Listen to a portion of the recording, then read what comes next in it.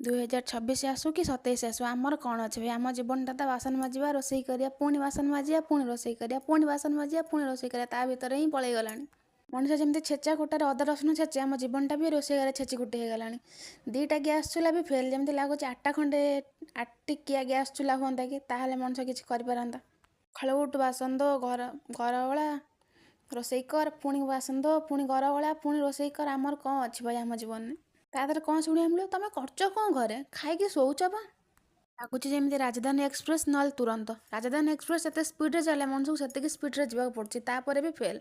ବାବୁଙ୍କୁ ଟିଫିନ୍ ପୁରେଇକି ଦେବୁ, ହାତରେ ବ୍ୟାଗ୍ ଦେବୁ, ଗାଡ଼ି ଚାବି ଦେବୁ, ତାପରେ ସେ କ'ଣ କହିବେ? ତମେ କରୁଛ କ'ଣ? କିଛି ନାହିଁ, ଖାଉଛ ଆଉ ଶୋଉଛ। ଆସିଲ ତମେ ଟିକେ ଖାଇକି ଶୋଇବ, ମୁଁ ଦେଖେ। ଯଦି ଟିକେ କ'ଣ ହେଲ୍ପ କରିବାକୁ କହିବ, ମୁଁ ଏତେ କାମ କରିଦେଇଛି। ଏ କାମ ଆମେ ସବୁଦିନ କଲା ପରେ ତା ଦେହରେ କ'ଣ ଶୁଣିବାକୁ ମିଳିବ? ତମେ କରୁଛ କ'ଣ? ତମେ କିଛି କରୁନ। ଘରେ କାମ କ'ଣ? ଘରେ କିଛି କାମ ନାହିଁ। କୁଣ୍ଡ ବାସନ ଧୋଇବାକୁ ପଡ଼ିବ। ବାବୁଙ୍କର ପୁଣି ଫରମାଇଶ, ଆକୁ ଖାଇବିନି, ତାକୁ ଖାଇବିନି, ଏମିତି ଖାଇବିନି, ସେମିତି ଖାଇବିନି। ଆ ଭିତରେ ଯେମିତି ଜୀବନଟା ସନ୍ତୁଳି ହେଇଗଲାଣି। ହଉ ଛାଡ଼, ବହୁତ ଗପିଦେଲି। ସତ କହୁଛି ନା ମିଛ, ପ୍ଲିଜ୍ କମେଣ୍ଟ କରି ଜଣେଇବେ। ରହିଲେ, ଜୟ ଜଗନ୍ନାଥ।